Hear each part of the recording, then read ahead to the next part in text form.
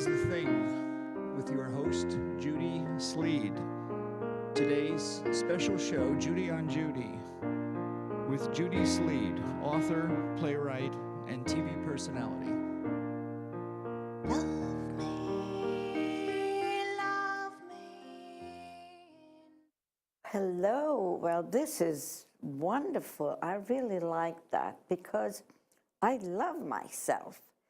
It's so nice of you, Judy, to come on my show so the whole world will know all the things that you like to do.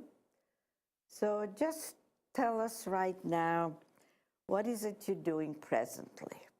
Oh, presently I'm hard at work on my play, which it's called Daily Bob. I had a play reading at the Jewish Center in October, and I was listening to it, and now I am sort of fine-tuning it. You are fine-tuning it? What does that mean? Well, exactly what it means is since I heard it, I saw what needs to be done. Some things were overly said, some things were not explained properly. So I'm rewriting it, and next month, which is going to be May, it's going to be read again at the Naked Stage. The Naked Stage? What does that mean? You have an X-rated show? You are being silly. No, the Naked Stage is a play reading opportunity for new authors, and Josh Pearl is in the head of it. And first it was done at Guildhall in East Hampton, but he moved it to Bridgehampton, and he calls that space the Bridge. So he will help me stage it there. So that is what I'm doing presently.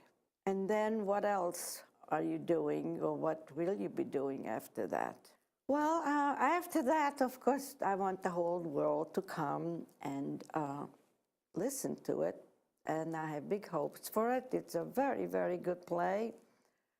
It's mostly, well, it's about myself when I was a young girl and how I got to America. Basically, that's what it's all about. Yes, and what else are you doing? Anything else that would interest the whole world to know? Yes, I have other projects that I'd like to share with the world, and I have this wonderful children's book that I had written, and I would like to have it published, and also I had converted it into a play, which some schools have adopted it, and also that's a project that I would let other people know. So tell us, how do you let other people know about what you're doing? Now that's a very good question. How do you let other people know what you're doing? Well, as you could see, I have a TV show. I could just talk about it.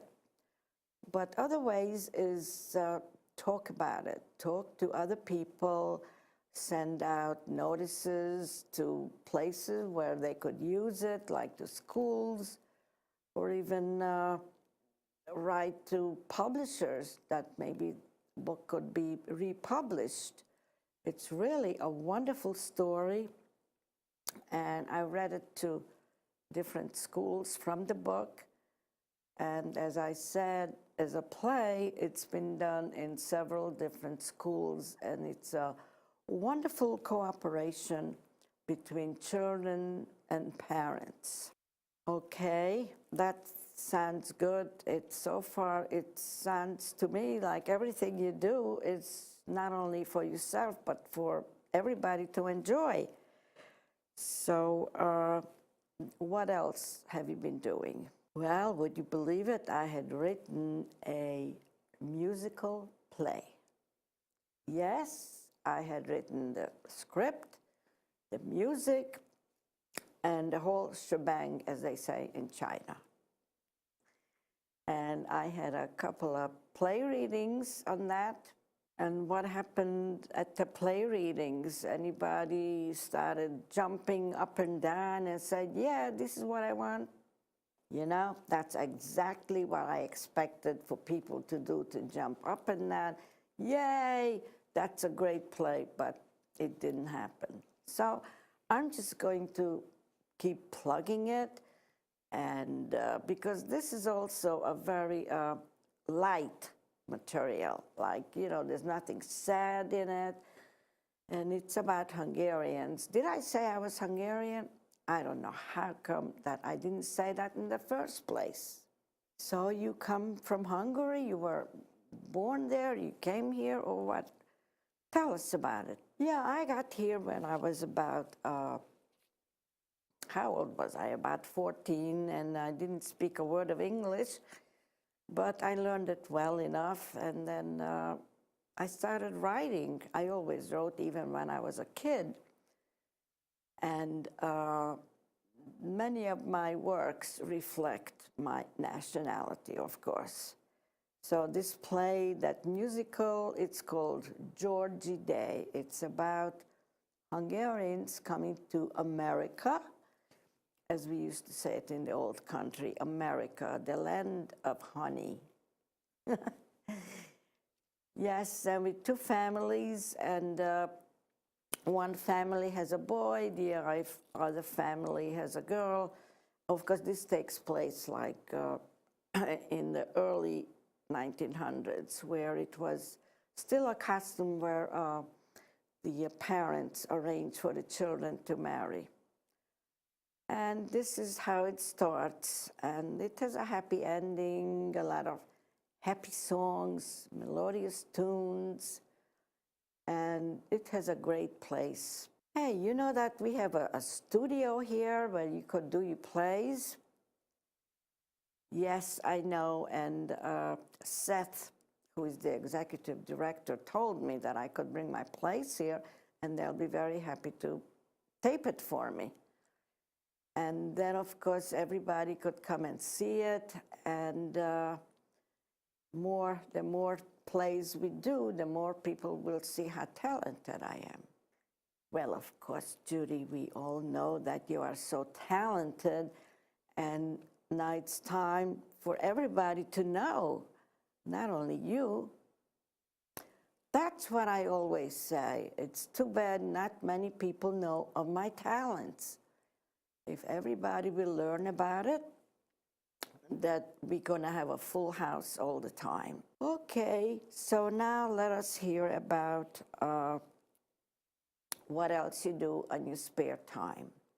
On my spare time, well, of course, I like to cook, yes. And I even had a couple of cooking shows here, but I wasn't the cook. I was just telling people what to do. No, I'm only kidding.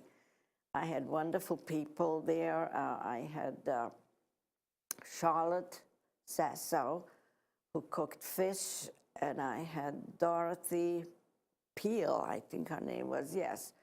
She was cooking something else, and wonderful talent. And if you did the cooking show, what would you cook? Isn't that apropos? I was just thinking about that the other day, that I would like to do a cooking show, and I would make a Hungarian dish. And what kind of Hungarian dish would you prepare? My very favorite, chicken paprikás with nokedli and uborka salata. What did you say? I do this all the time. I forget who I'm talking to, and all of a sudden I just start talking Hungarian. Okay, so this is a chicken dish that you cook like a sort of like a stew. You make a lot of gravy, and that's with onions and a flavoring like salt and pepper. And then nokedli, it's nothing to do with being naked. It's like a flour with eggs, and then it's like a dumpling. And then you mix it in with the gravy, and then you put sour cream in it, and then you make a cucumber salad. It's like a sweet and sour taste, and it's just delicious. Well, it's maybe you should do it because it sounds so good. I'd like to eat it. You know, when I cook this, I could never make enough of it. Everybody loves it. And then I make those Linzer cookies, which Dorothy said that she would like to come and make it so we could share it. That's another thing I could never make enough. It is so good. That's also a Hungarian cookie, and you make it in like one big baking dish, and then when it's all done, then you cut it up into cookies. It is just delicious. Well, I'm sure it is. So what else do you do with your spare time? Oh, you mean besides setting up appointments for my TV show? And I also like to teach people how to play the piano. That takes some time. And then I work on my plays. And then, of course, I make a lot of phone calls. And I have to admit that I love to sleep. You mean you sleep a lot? Yeah, I do. I love to sleep.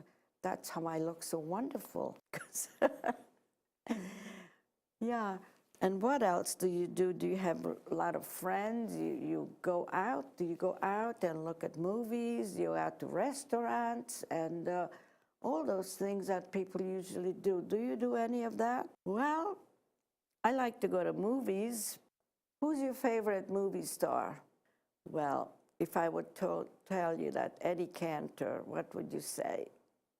Who is Eddie Cantor? Somehow I knew you would say that. Well, he was a comedian way back before most people were born in today's world. But other than that, I used to like Spencer Tracy, Farley Granger. Well, from today's on Alan Ladd, I can't forget about Alan Ladd. He was my first love.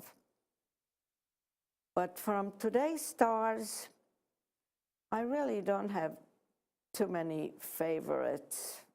I can't even remember the names, and that's not very nice because I've seen many good movies. Recently, I had seen The King's Speech, and the star of that show was very, very good. And I wish I could remember his name. I could see his face. And,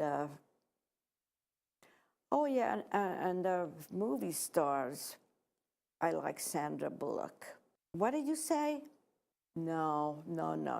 I just can't remember people's names. You asked me about movies and movie stars years ago. I was a great movie fan. Would you believe I have 2 big boxes of pictures of Alan Ladd?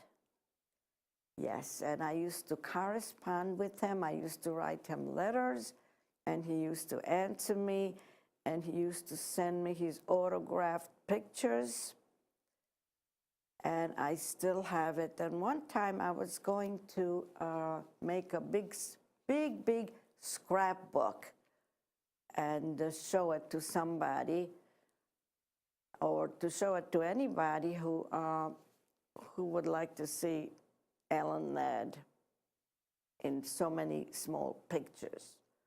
I have all these ideas, but I just don't follow up on many of them. And so if you want to have any ideas to do something, just come to me. I'm a great idea person. What? Yeah, like, any ideas, but it has to be clean. I don't like any X-rated talk anyplace. Are you into any other inventions? Well, now that you mention it, I make scarves. See this scarf? I made this scarf. I colored it. And I really enjoy doing that because every scarf I make comes out differently, so there's not two alike. And what do you do with the scarves? Oh, recently a friend of mine who's a recent director on this show, Walter Bloomberg, he's had a great idea. See, there are other people who have ideas beside me. He said I should make these scarves and have the proceedings go to a worthy organization. I mean, when I sell it, part of it should go. And I thought it was a great idea, and I'm going to do it, and I think it should go to some children's organizations because I love children, and I think every organization that is for children, there are a lot of needy children that it could benefit. So that's my next project with these scarves. Of course, a lot of work has to go into it. I have to establish a nonprofit organization in the bank and all that. But every new idea is worth pursuing, and the work is worth pursuing it, especially if it goes to a good cause. It's all good things that you are doing. And what about your hair? My hair? Is that important? Well, I see that your hair is really very pretty and that it's blonde, but I remember when you didn't have blonde hair. My gosh. Yeah, you are right. I didn't have blonde hair. I can't say that I was born with it, right? I had red hair. I had such red hair. I was born with very dark hair, nice brown, warm brown hair. And then I started working for a beauty salon, and they made my hair red. And I wasn't upset because I always had good hair, so I figured it'll grow out. And I remember going home with the red hair. At the time I was married, and my husband looked at me and said, "Okay, you could take it off now." But I couldn't just take it off. Well, anyway, I started walking around with red hair for a long time, but it was always different red. It wasn't just the same. And some people said it's ostentatious. Some people were offended with that red hair. So I went to being a blonde. But then again, it's always a different shade because I never look at which bottle I used before. So I'm just using whatever it comes out. But people recognize me. You recognize me, didn't you? Oh, yes, Judy, we'd know you anywhere. Just like people know your voice. Oh, funny you should mention it. It is just too funny. I pick up the phone and I say hello, and people right away say, "Hi, Judy." I must have a very distinct voice. Yeah, you do. You have a very deep voice. And people just know it's you. So then if I want to disguise my voice, I just can't do it. What shall I do? You could always put like a piece of paper over the phone or a cloth or something. You could disguise your voice. Oh, thank you. I'm so glad you said that because I like to fool people, don't you? Well, yeah, I fool people sometimes. Why do you like to fool people? Oh, it's just fun when people are surprised. They don't know what they're saying, and they figure out they could talk about you, and then all of a sudden you show your face and it said, "Ah." I said, "Yeah, I heard what you said. You're talking about me." So what else can you talk about? Let's see what else. Do you mind if I have a drink of water? Because sometimes my voice just goes.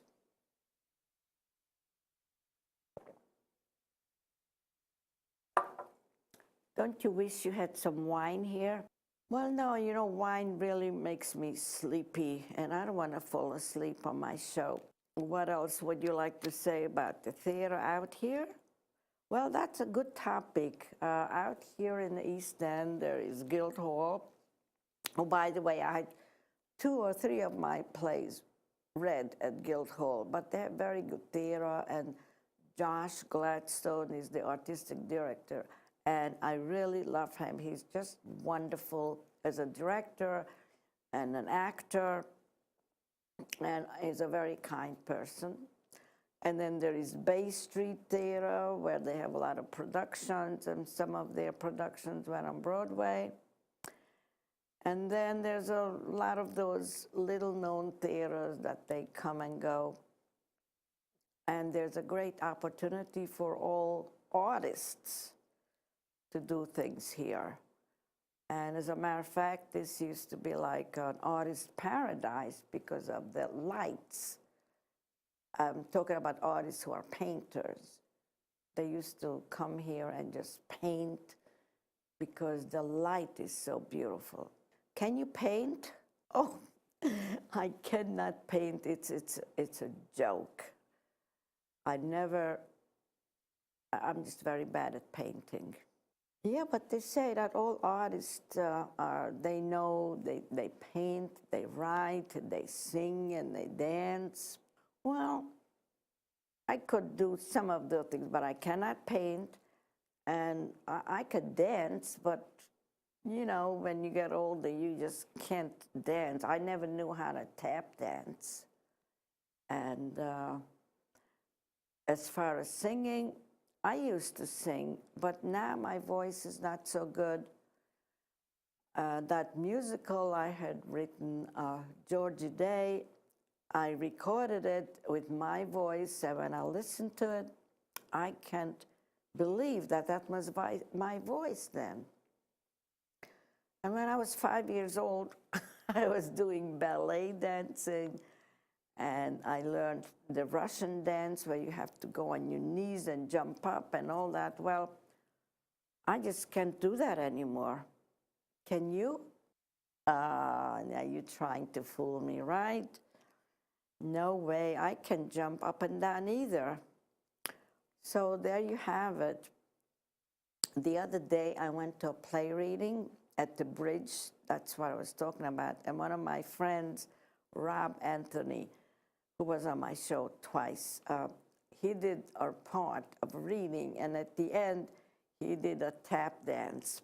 Well, I was just amazed, and I really wanted to clap that he, at his age, he's like 60-something, and he did a beautiful tap dance. I have to remember to comment on it and just tell him how much I enjoyed seeing him do that tap dance. And Josh Pearl, who was responsible for the play reading, he was in it, and I kept watching him. He was just so enthusiastic and delighted, and he was laughing, and I was just enjoying looking at him, how much he enjoyed the show. It was a very interesting show and very different. And again, it was like an experiment, and I'm sure the person who had written it will be able to fine-tune it and do it again. And there we have, now you learned a lot about me. Not everything, I just didn't want to tell you everything about me, because you know why? Because then you will know everything. And well, if you know everything, then I'm not going to be interesting anymore. This way, there's still a little mystery about me, and you will be happy to see me again, because you will think that I will reveal more of my secrets. So I want to thank Lena for helping me do this show, and Walter. And I want to thank all my viewers for watching me. It's a lot to take for a half hour just to look at one person. And I'm sending you kisses, and I'm waving to you, and don't forget, good job.